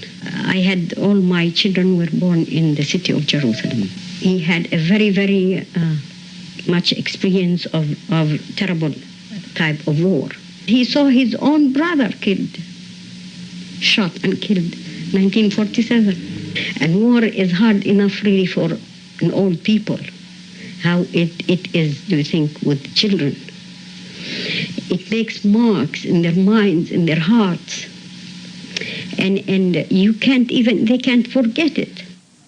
In the Robert Kennedy case, after our own thorough investigation, we believe the best evidence now available leads almost inescapably to the conclusion that only one gun was fired. Barring new evidence to the contrary, that gun most likely was the one held by Sirhan Sirhan, and there is no hard evidence or testimony that anyone else was involved. There are still unanswered questions in this case. We feel some of these questions could have been answered by now if police had been more thorough in some aspects of their investigation and more open in responding to legitimate questions. In some cases, there are no records concerning important police tests of the evidence. Potentially significant ceiling panels and door frames were destroyed. The Los Angeles Police Department refused repeated requests by CBS News for interviews and would not even let us read the still secret 10-volume report of the Robert Kennedy case official investigation. CBS News lost its court battle to gain access to that report. But despite unanswered questions and the speculations they raise, existing evidence is such that there is a good chance that one day, at least this case, may be stamped completely closed in the minds of most reasonable Americans. This portion of the American Assassins was sponsored by Sucret sore throat lozenges for fast temporary relief of minor sore throat pain. The American Assassins continues with the case of Arthur Bremer and George C. Wallace. It took the FBI just 3 days to conclude that Arthur Herman Bremer was probably a lone gunman in his attempt to kill Governor George C. Wallace. It took only 5 days for his trial and conviction. But the trial did not raise the question of conspiracy, and the FBI did not publicly answer the questions that could have ruled it out. About one thing, there has never been any question. Arthur Bremer did shoot George Wallace in the Laurel Shopping Plaza in Maryland on May 15, 1972, just before 4 o'clock in the afternoon. Films of the shooting taken by CBS News cameraman Lawrence Pierce, provide conclusive evidence of that.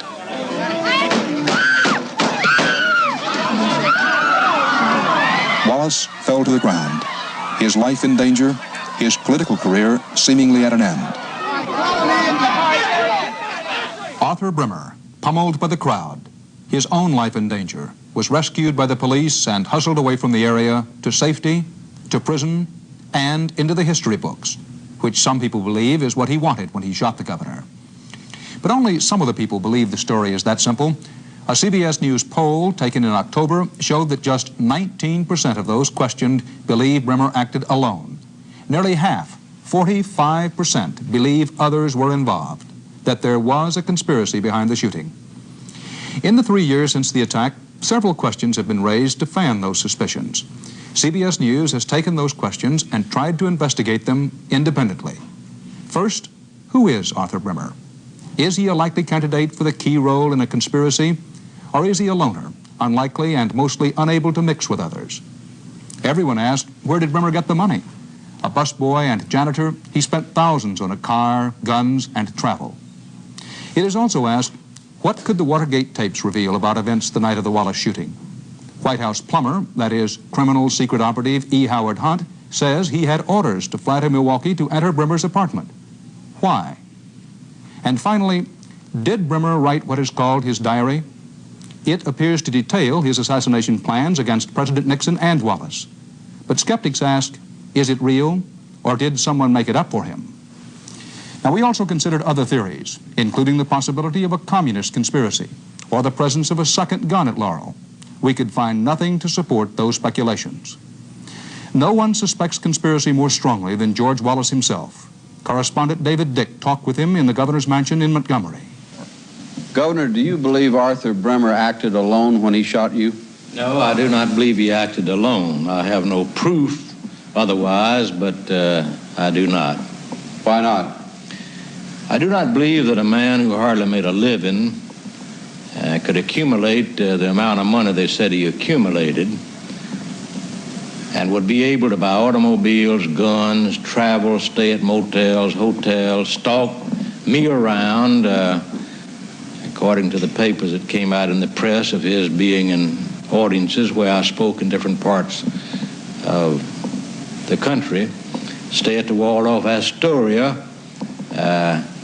I just do not believe that he acted alone. I believe that the diary, that so-called diary, was a self-serving diary. I do not believe when you read it, you will feel that he wrote it. I believe he copied it and someone else wrote it for him. Wallace said his personal belief is he was the victim of a conspiracy to carry out a political assassination, but he emphasizes that he has no proof, only questions. In a moment, our investigation of one of those questions.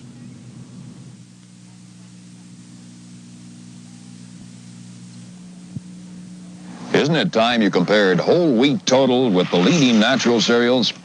You'll see there's a big difference. 1 ounce of fortified total gives you 100% of the recommended daily allowance of all these important vitamins and iron. 1 ounce of the leading natural cereals gives you no more than 6%. Check the vitamins and iron listed on the side panels. You'll see 100% versus 6%. That's the total difference. With insurance, you want an agent who roots for you, right? The Fireman's Fund has some advice on how to find him. First, look for this symbol. But just as important, look for this symbol. For the man who sells our insurance, the independent agent. Because he represents not only us, but many fine companies. So he's free to get you the best possible deal. Look for the sign of the independent agent. Together with this symbol, we think you've got an unbeatable team. Fireman's Fund American, in the yellow pages. The film that shows Arthur Bremer shooting George Wallace appears to record the act of one man. So we begin this report with our investigation of the man. Who is Arthur Bremer?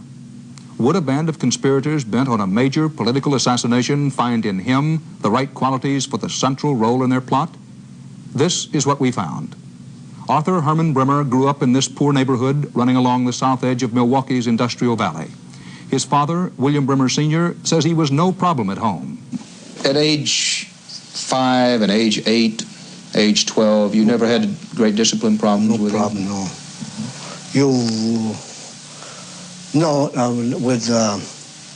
With Arthur, there was no problem.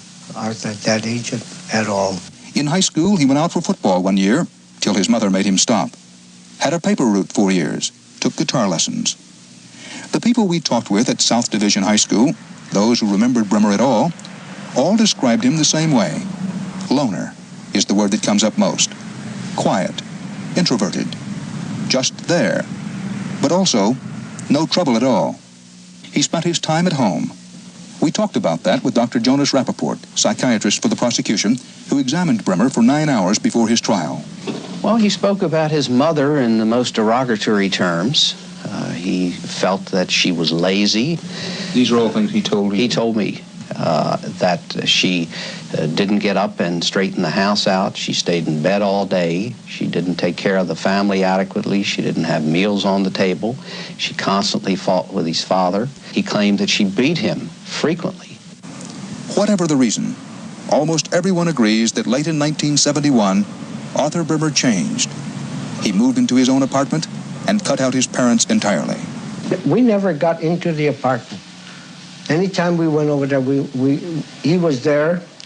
He said, "Who is it?" I rang the bell, rapped on the door. I said, "Dad." Mama said, "It's your mother, Arthur."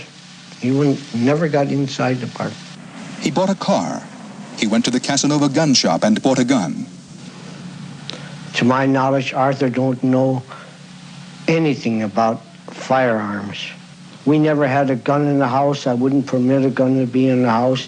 What made Arthur Brimmer interested in guns? That question has never been answered until now. He related a story of his having difficulty with a woman boss on the job when he worked at the Milwaukee Athletic Club. He bought a gun, and he took the gun and put it in his locker at the club and was thinking of shooting her. That happened in November 1971. So we know now that Arthur Brimmer planned an act of violence against a boss he disliked 6 months before he shot George Wallace. He planned other uses for his gun. In mid-November, the police in Fox Point, a wealthy suburb, picked Brimmer up on a charge of carrying a concealed weapon. He had been parked here in a no-parking zone in front of some wealthy homes. What he was doing there has puzzled people ever since. He had done some target practice that day, and he was going to go in and burglarize some homes or rob some homes. He claimed he had read a book about 10,000 burglars. In Brimmer's apartment at the time of his arrest, a thick copy of Gun Digest, further evidence of his fascination with guns and violence. It was in this turbulent period of his life that Arthur Brimmer also dated his first girl, 15-year-old Joan Pemrich. It was a difficult relationship, Brimmer possessive, demanding, accusing, suspicious, till finally Joan told him to stay away. Dr. Rappaport. I think this was the biggest thing perhaps in his life. This is the kind of relationship where if someone says, "Hello, how are you?" and is nice to a person with Arthur's makeup, they immediately fall in love with them and then consider everything the person says as being meaningful. The fact that he had finally gotten enough nerve up to ask a girl to go out with him and had taken her out, and she hadn't rebuffed him initially, I think led to his feeling that this was such a tremendous thing in his life. Rejection by his girlfriend only compounding the anger that Arthur Brimmer felt at the world in general.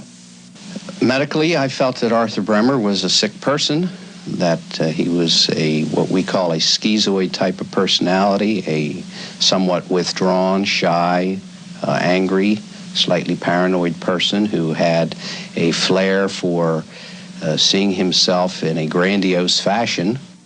Brimmer's father told us how his son reacted when he won honorable mention in a photography contest. He was not satisfied with honorable mention. He wanted first prize. And he did kind of fly off the handle a little bit with not thinking that he thought he was entitled to first prize. Others told us of Brimmer's unusual view of himself. Timothy Burns, his boss at Story Elementary School for 2 years. He just mentioned to me once that he would like to get his name in the history books. And I would say that was roughly maybe roughly about 2 months before I left Story School. Officer Michael Landrum, who took part in Bremer's arrest. We told him at the doctor's office, we got word that the governor hadn't been killed, and I told him, I said, you know, you didn't kill the governor, and he was kind of startled.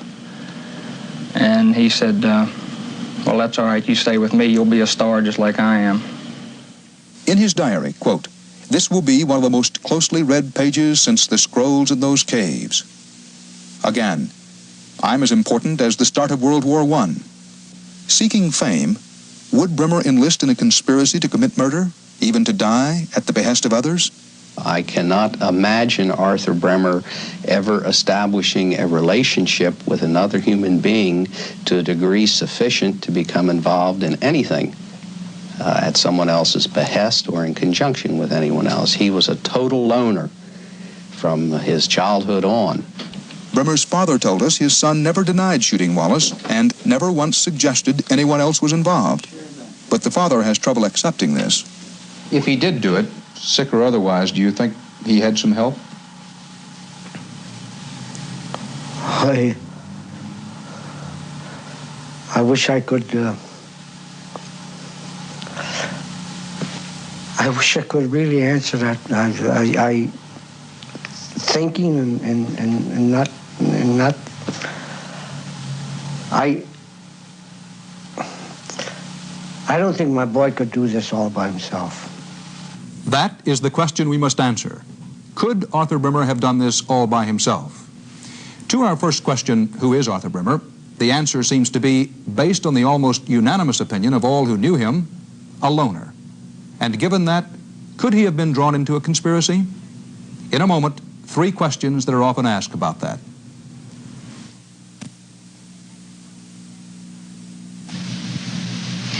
How's practice? Rotten. I'm hitting the showers. Well, after you hit them, Clyde, spray the shower with Lysol. Lysol. Lysol spray kills athlete's foot fungus. I know. And mold and mildew and their odors And do the shower curtain. And do the shower curtain. Lysol spray disinfectant kills household germs on surfaces where they grow, including germs that cause odors. Do I smell fish? I know. I'll spray with Lysol. Your hands are living in a combat zone. They can get rough, red, dry, older looking. Your hands need Desitin skincare. It's medicated and 50% richer in emollients than even the leading lotion to help heal and protect. It leaves your hands incredibly soft, yet not sticky or greasy. Use Desitin skincare, the richer, non-greasy way to help protect your hands. One thing that seems to puzzle everyone about Arthur Bremer is where did he, a busboy and janitor, get the money to pay for his apartment, automobile, guns, and travel, his hotel bills and food, and even a $48 visit to a massage parlor? CBS News compiled the first public accounting of Bremer's true income. For 3 years, he worked as busboy at the Milwaukee Athletic Club. They told us he earned altogether $4,700. For a little more than 2 years, a second job, janitor at Story Elementary School, where he earned almost $4,000. He worked several weeks at the Pieces of 8 restaurant and earned, with tips, nearly $900. And he tried selling campaign-style buttons, called his business Button House. We don't know what he made or lost there. So his total known income, more than $9,000, substantial for the jobs he held. But what about his spending habits? He was thrifty. He knew how to spend money. He knew how to hold on money. He really didn't have any outside activities that I knew of. He didn't drink, didn't smoke. He didn't have a car to support. For most of the time? Most of the time, except for the last 2 or 3 months. For 2.5 of his 3 working years, Bremer lived at home, paying no rent or food money. His only big expense? State and federal taxes, more than $1,400 by our estimate, still leaving him just under $8,000 to spend. And spend it he did, starting in the fall of 1971. First, a car, nearly $800 in cash. An apartment at 2433 Michigan Avenue for $143 a month. He bought an $80 handgun, which the police later took away when he was caught carrying it illegally. Started dating 15-year-old Joan Pemrich. Even then, when he ate out, it was often at this pizzeria, and when he ate in, it was frugal fare. Mrs. Margaret Pemrich, Joan's mother, told us what her daughter saw. She just remembered the cereal being on the table and so forth and so on. I guess it was like something she mentioned about all he ate was cereal and things like that, you know. She had the impression he ate a lot in the room. Yeah. Early in 1972, Bremer's behavior became more bizarre. Joan broke off with him, and he shaved off all his hair. He bought another .38 for $80, and later a 14-shot Browning automatic handgun for $114. Quit both his jobs and disappeared from sight. It was also the time George Wallace announced he'd seek nomination for president. At this point, Bremer had all the money he was going to have from his own resources. As far as saving up money, I would say that he had a good opportunity to save up a little money, you know, maybe $2,000 or $3,000, just depending on what his needs were. Martin Polner, Director of Law Enforcement at the Treasury and chief contact between the Secret Service and Secretary John Connally at the White House the night Wallace was shot. What I recall was that an investigation was conducted to determine his finances, and that they found that he had in bank accounts or whatever for a couple of $1,000s perhaps, and that the investigators found that it was accounted for by his employment as a janitor or busboy, whatever he did at the time. The Secret Service then examined Bremer's bank transactions and found they squared with his expenditures. We sought to examine them, but under law could not. We know now that Bremer spent the following weeks working as a volunteer for George Wallace in the Wisconsin presidential primary, living off the campaign when he could. Gray Hodges Sr., a Wallace associate in the campaign. He had previously eaten with us at the Holiday Inn for breakfast. We'd be out on the change of shifts, and he'd eat lunch, and our coordinator there would buy his lunch, buy him a sandwich, so would I. It was when the Wisconsin campaign ended that Bremer set forth on the 6-week trip that ended in Laurel. In his diary, he said he had $1,055, and within 10 days he spent more than half of it on high living. But then worry replaced confidence. Quote, everything was the same except I had less money, much less.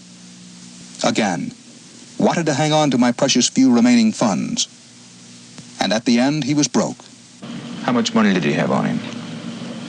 A minimal amount. I didn't even count it. I wouldn't say it was any more than $2. Where did Bremer get the money? He was thrifty, earned well for the jobs he had, was broke at the end. We conclude it is reasonable to say he earned and saved it all himself. Now, the second question that comes up most often in the Bremer case asks, what could the Watergate tapes reveal about the shooting? George Wallace has said, in a way, I am a victim of Watergate. Among the tapes at issue in this case are those recorded on the White House taping system May 15th, 1972, the day Wallace was shot. What prompts Wallace and us to ask about those tapes is the Watergate testimony of White House plumber E. Howard Hunt. He was questioned by Georgia Senator Talmadge about the clandestine operations he engaged in at the direction of Presidential Counsel Charles Colson. And did he suggest to you that you go break in Bremer's apartment after George Wallace was shot down in Maryland? He suggested that I review the contents of Mr. Bremer's apartment. And you declined to do that? I argued against it. I subsequently received word from him or from his secretary, I can't recall which, that this was no longer required. Colson's call came direct from the White House, where he spent the evening with President Nixon. But he denies ordering Hunt to Milwaukee, saying in a memorandum for file written a month later after the Watergate break-in that he wanted only to discuss Bremer's psychological makeup with Hunt. Both Colson and Hunt denied our requests for interviews. Colson made other phone calls that night, relaying presidential orders to the FBI. But it is precisely the performance of the FBI that leads to other questions in the case.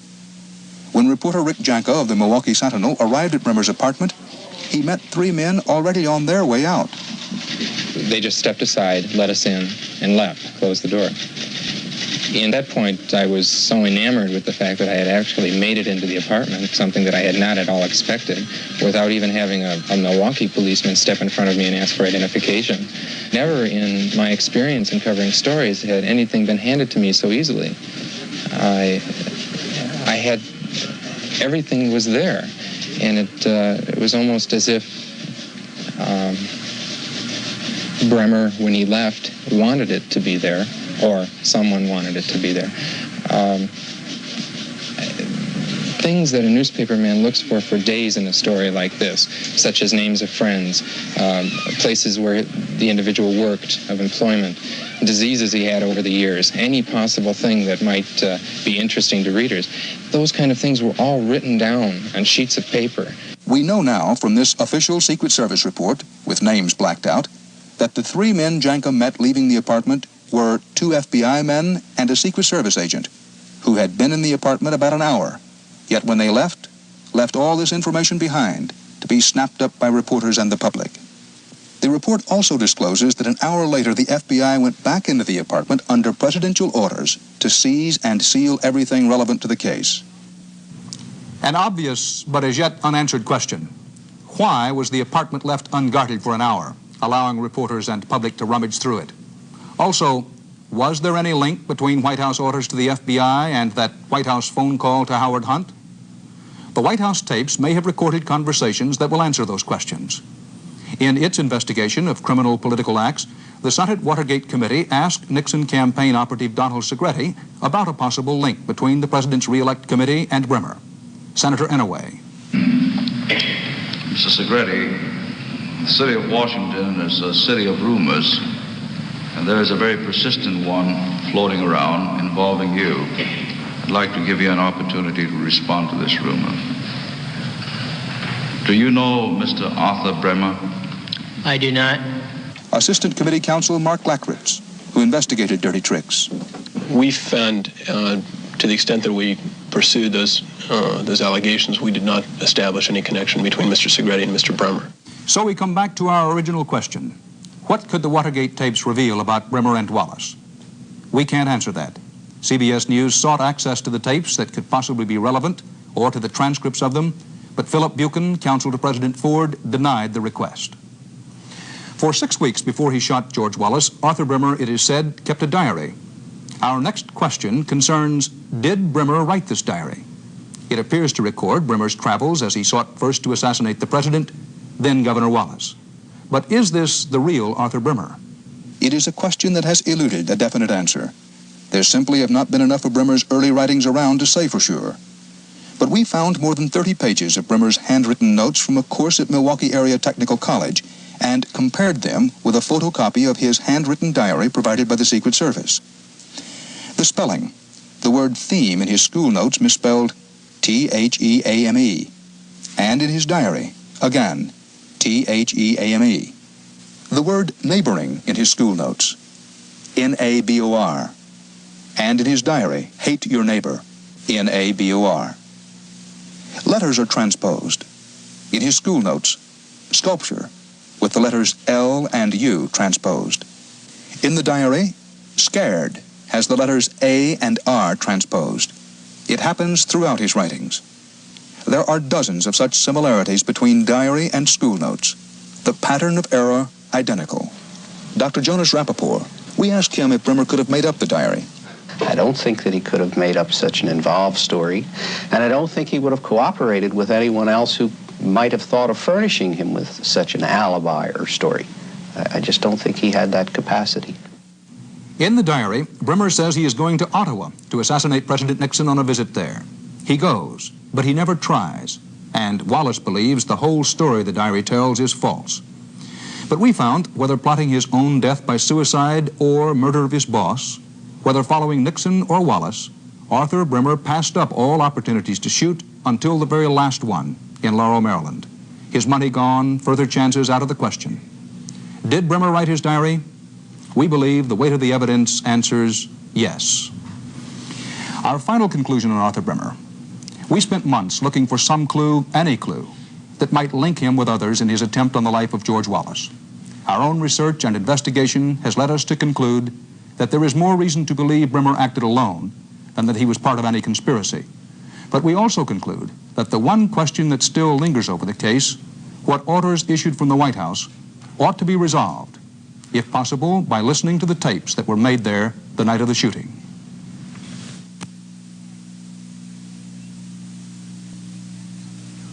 It's coming to J.C. Penney, the greatest white sale on earth, with prices so low they're out of this world, because they're so down to earth to begin with. Every sheet in the store is on sale, like this twin-size muslin for $1.97, and this twin-size percale, $2.83. Incredibly low prices because they're so low in the first place. That's why it's the greatest white sale on earth, right now at J.C. Penney.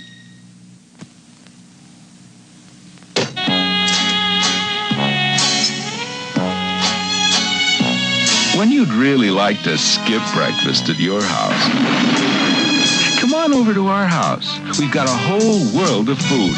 Our famous pancakes, eggs, omelets, and waffles, too. So whatever in the world you're hungry for, come on over to the International House of Pancakes, your IHOP, for many good reasons.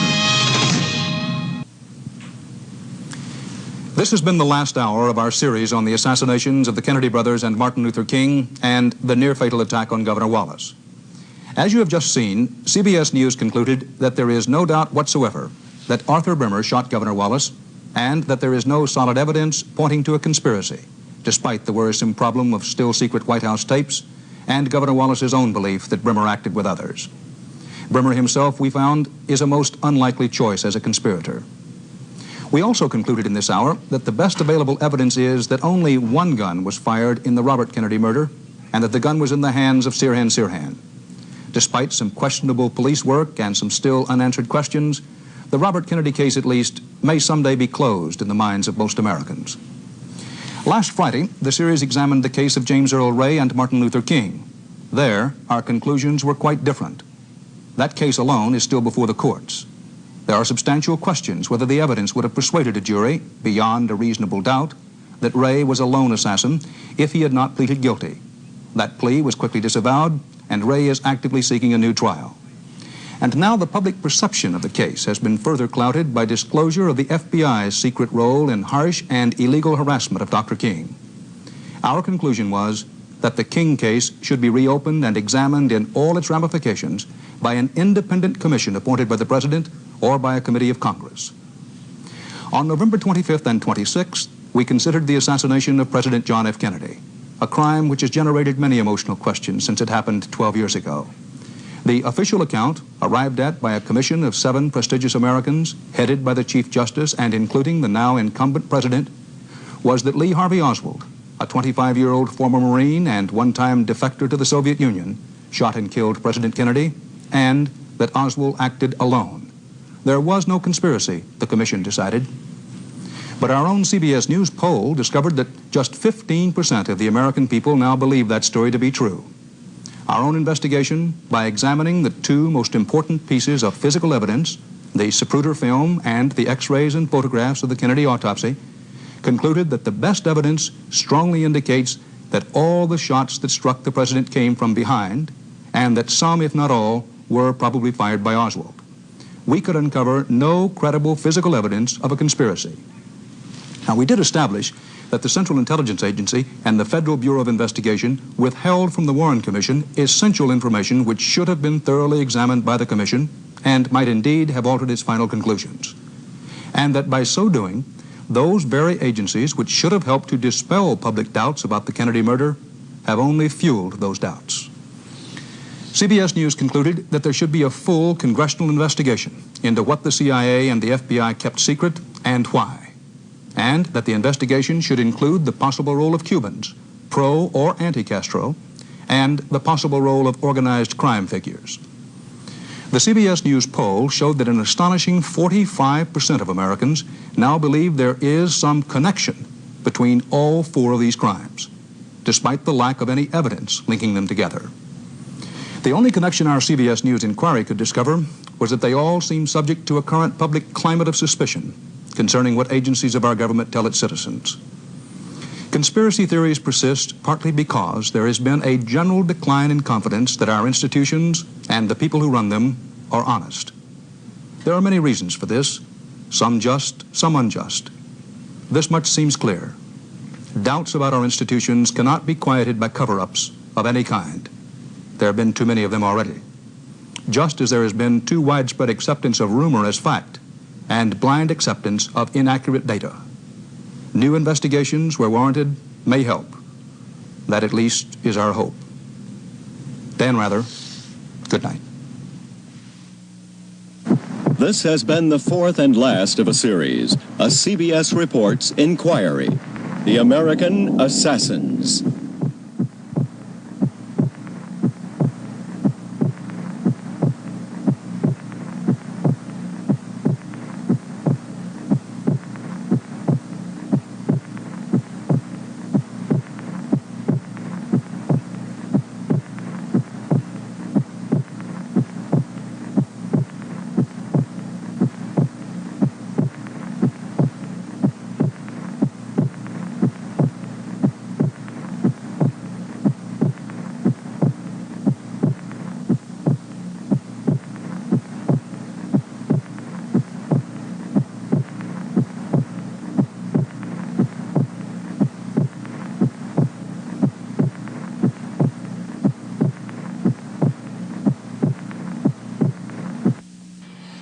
Medical Centers, starring Chad Everett and James Daly, will return next Monday night at 10, 9 Central Time on most of these stations.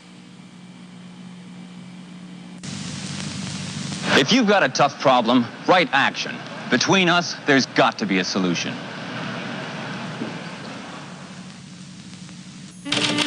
She needs a job. Oh? And he wants to see me. Annie faces a delicate moral dilemma on One Day at a Time. Tomorrow following MASH, here on CBS.